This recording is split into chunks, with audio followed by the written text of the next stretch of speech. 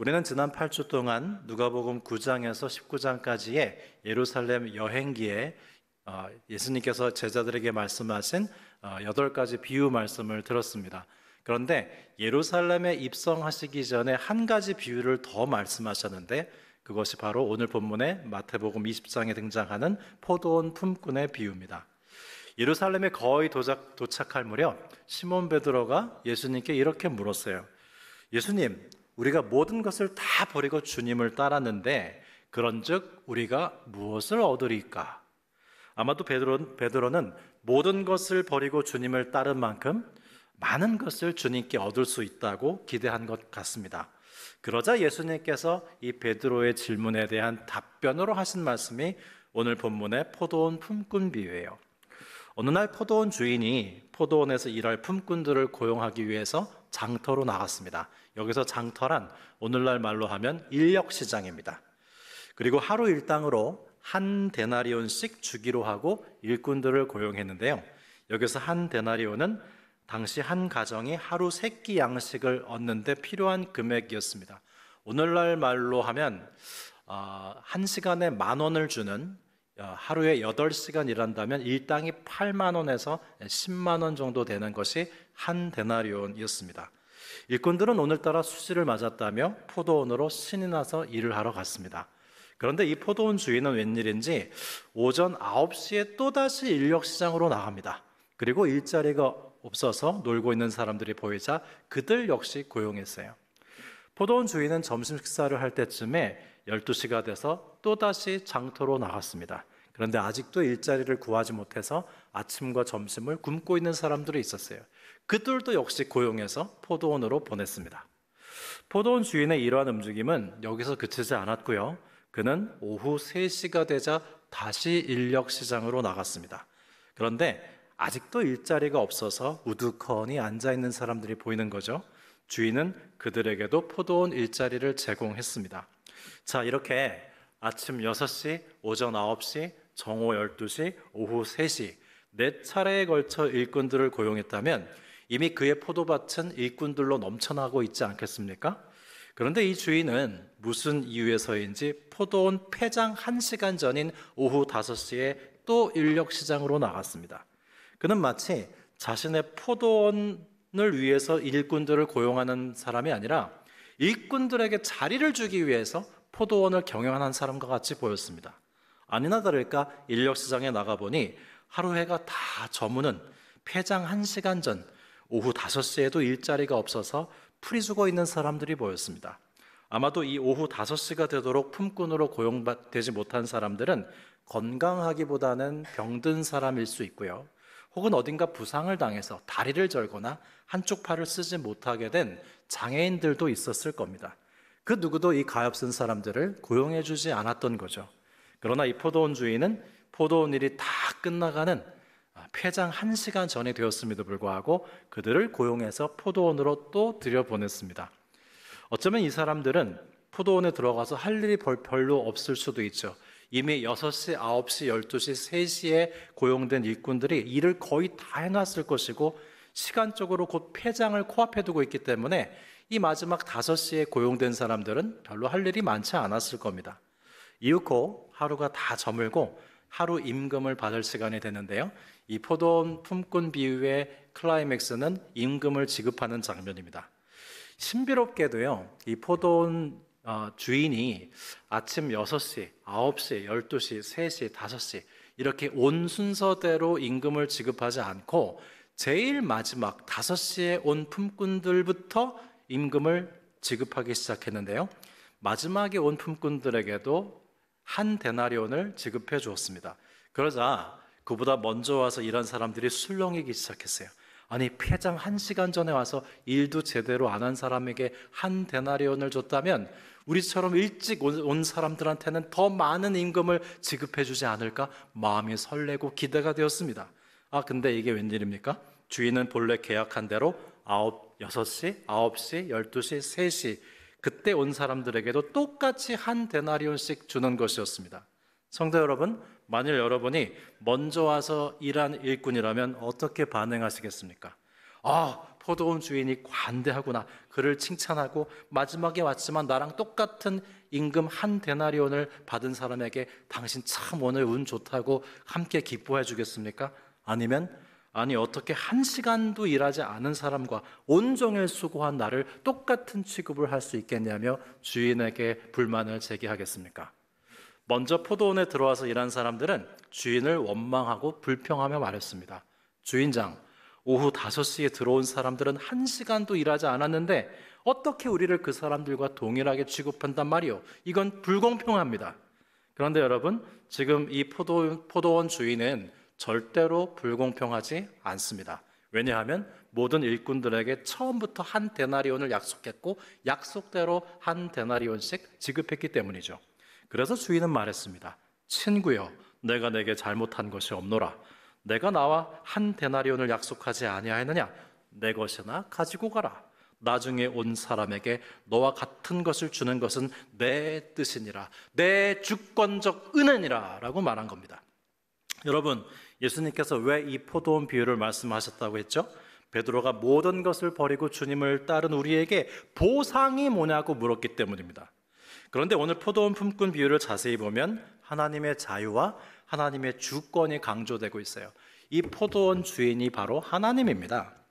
성경에서 포도원은 흔히 이스라엘로 비유되곤 하는데요. 그러니까 여러분 성경을 읽다가 포도원이 등장하면 그건 이스라엘이라고 여기셔도 좋습니다. 포도원은 하나님의 나라고요. 포도원 주인은 하나님이시고요. 일꾼들은 그리스도의 제자들을 의미합니다. 그런데 여러분, 포도원 일꾼들이 어떻게 일하게 됐죠? 일꾼들이 포도원 주인을 찾아와서 제발 우리 좀 써달라고 부탁했나요? 아니죠. 포도원 주인이 먼저 일꾼들을 찾아와서 전권적으로, 주권적으로 그들을 써주겠다고 했습니다. 그것도 6시, 9시, 12시, 3시, 5시, 5차례에 걸쳐서 포도원 주인이 먼저 일꾼들을 찾아와서 손수 고용해 준 것이죠. 은혜입니다. 성도 여러분, 우리가 하나님을 믿은 처음 순간을 한번 떠올려 보시겠습니까? 내가 먼저 하나님을 찾고 내가 먼저 교회를 왔고 스스로 믿음을 가졌나요? 그렇지 않죠. 틀림없이 하나님이 먼저 나를 찾아오셨고 나에게 믿음도 주셨습니다. 생각해 보면 일자리도 기회도 건강도 물질도 믿음도 다 하나님이 주신 거 아닙니까? 때론 건강을 잃기도 하지만 하나님은 또 큰 은혜를 주시죠. 애초부터 모든 것이 다 하나님이 주신 건데 무슨 보상을 바라는 걸까요?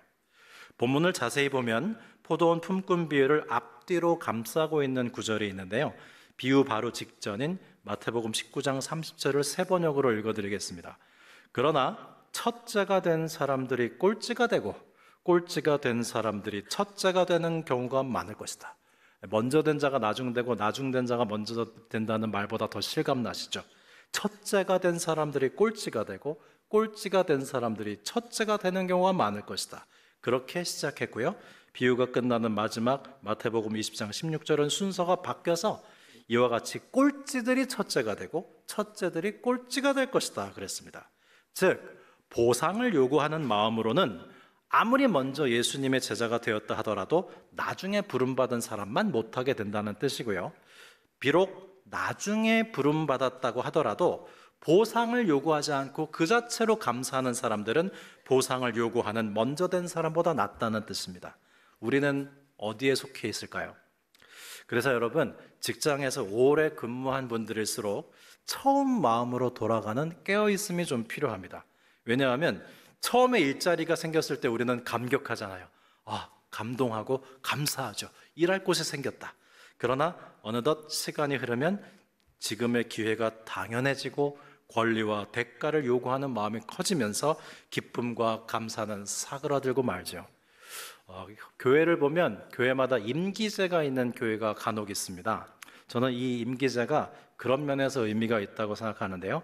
익숙함으로 인해서 감사와 기쁨을 잃어버리고 보상과 대가를 바라는 순간이 오기 전에 아예 임기를 제한해 두고 감사함으로 마무리하게 한 다음 다른 기회의 첫 마음으로 다시 시작하도록 임기를 정해놓는 거죠. 앞서 하나님의 속성에 대해서 하나님은 자유로운 분이라고 말씀드렸잖아요. 그 외에도 하나님의 주요한 속성이 두 가지 더 있습니다. 하나는 하나님께서 창조주시라는 것과 또 다른 하나는 하나님께서 구원자시라는 거예요. 여러분, 이 두 가지를 잘 기억해 두십시오. 성경에서 누누이 반복되고 강조됩니다. 하나님은 창조주세요. 그래서 창조 사역을 지금도 하세요. 하나님은 또한 구원자십니다. 그래서 지금도 구원 사역을 계속하고 계세요. 우리가 주일에 모여서 하나님을 찬송하는 것도 하나님의 창조 사역과 구원 사역을 높여드리는 것입니다. 하나님께서 창조주시면 우리는 어떤 존재죠? 우리는 피조물이에요. 노벨 문학상을 수상한 한강 작가는 자녀를 낳는 것에 조금 회의적이었다고 합니다. 왜냐하면 작가가 바라보는 세상에 참 고통이 많거든요. 이 고통이 많은 세상에 우리 아이를 출산해서 이 아이가 또 고통을 받게 하고 싶지 않았대요. 근데 남편 되시는 분이 이렇게 말했습니다. 세상에 맛있는 게 얼마나 많아? 여름엔 수박이 달고 봄엔 참외가 맛있고 목이 마를 땐 물도 단데 그런 걸 아이에게 한번 먹여주고 싶지 않아? 빗소리도 듣게 해주고 새하얀 눈이 내리는 것도 보여주고 싶지 않아? 거기에서 마음이 열려서 아이를 낳게 됐다는 거죠. 올 가을에 종로에 위치한 교보문고 커다란 광고 간판에 다음과 같은 최승자 시인의 시 한 구절이 올라와 있습니다. 그 종로에 위치한 교보문고는 광고가 좀 특이해요. 강남역에 있는 교보문고도 비슷한데 커다란 간판에 우리 마음을 울리는 시귀를 올립니다. 내용은 이렇습니다. 이상하지? 살아있다는 건 참 아슬아슬하게 아름다운 일이란다. 이상하지? 살아있다는 건 참 아슬아슬하게 아름다운 일이란다. 온라인상에 회자되는 이런 글이 있습니다.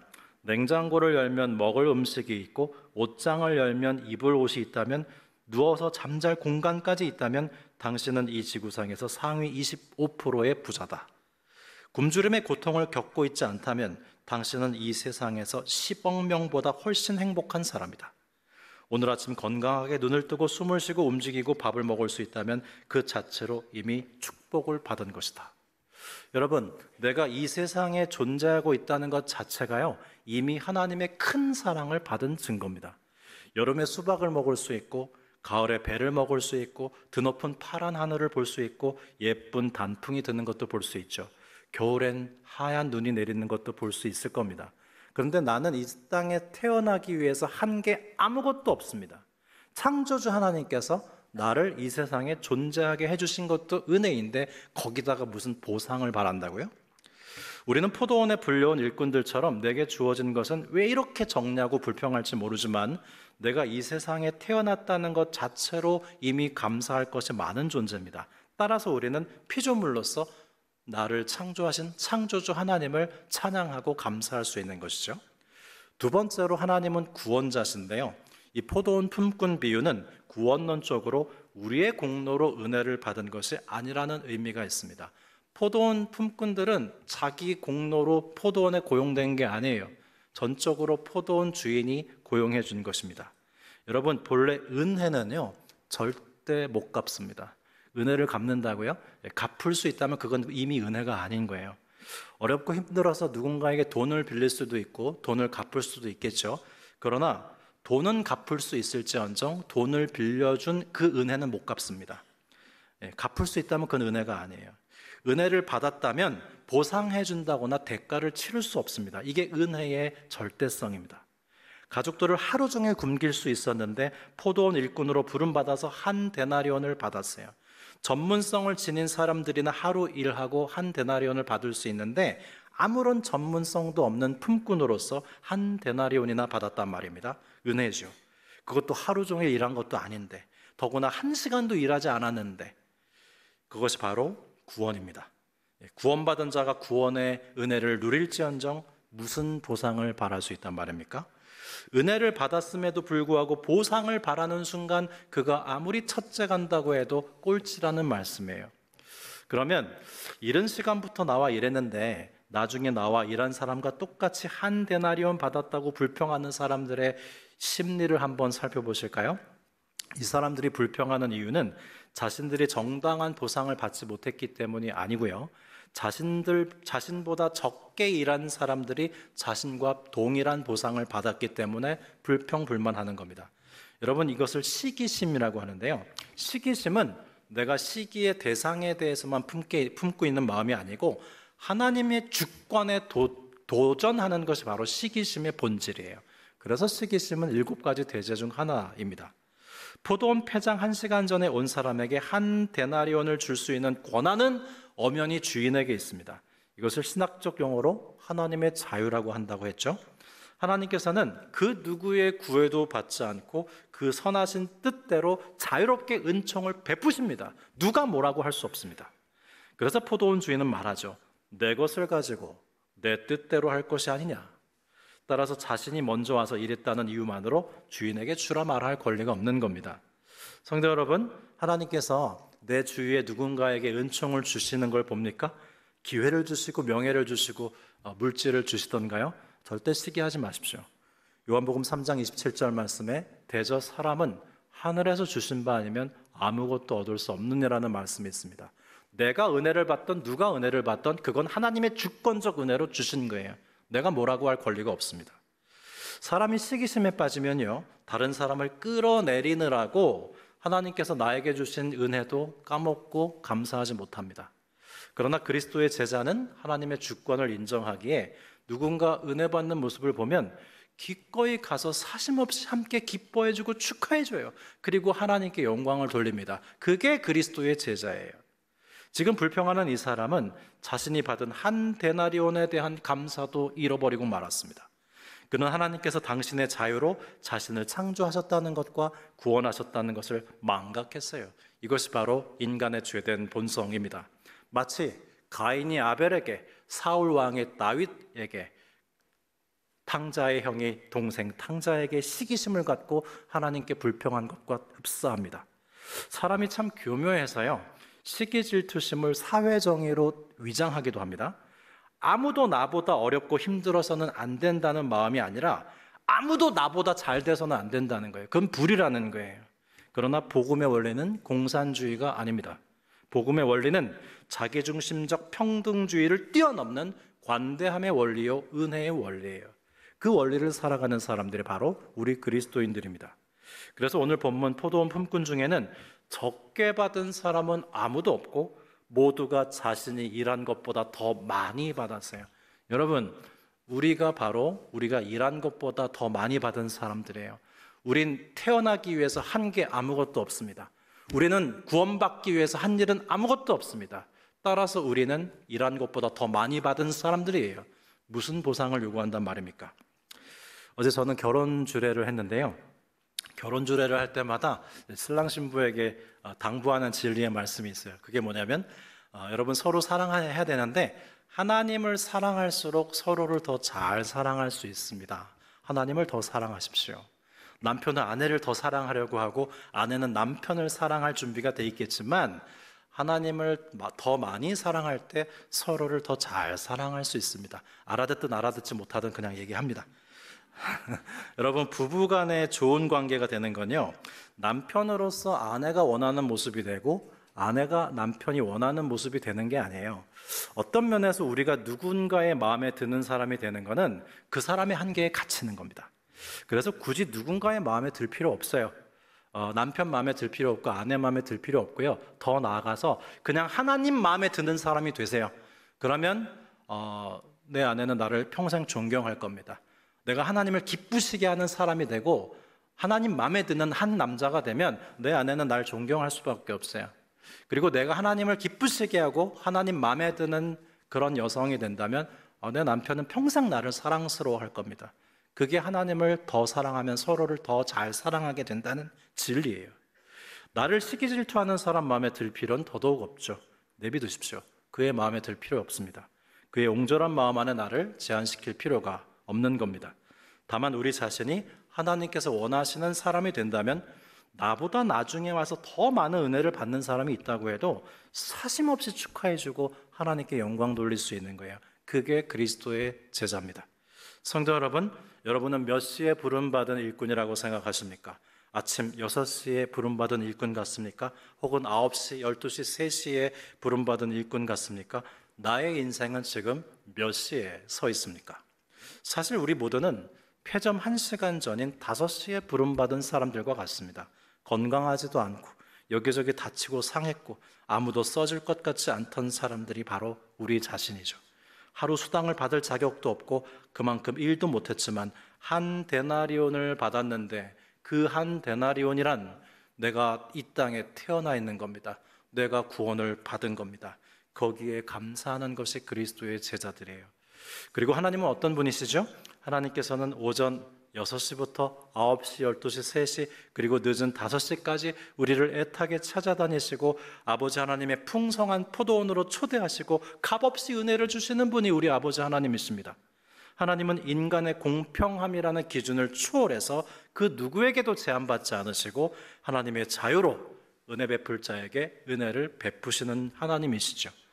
우리는 오늘 포도원 품꾼 비유 말씀을 통해서 하나님이 누구신지 우리가 누구여야 하는지 말씀을 들었습니다. 하나님은 어떤 분이시라고요?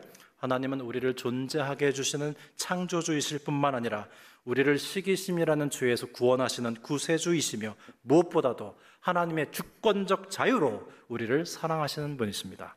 그러면 우리는 어떤 존재로 살아야 하는 것일까요? 우리는 하나님의 자비하심에 불평하거나 하나님께서 은혜 주신 그 수혜자들을 시기하는 사람들로 부름받지 않았습니다. 하나님께서 나를 지으셨고 구원하셨으며 나를 사랑하신다는 사실로 인해 감사하고 은총을 받은 자들과 함께 즐거워하고 기뻐하고 축하하면서 하나님께 영광 돌리는 그리스도의 제자로 부름받은 사람들이 바로 저와 여러분입니다.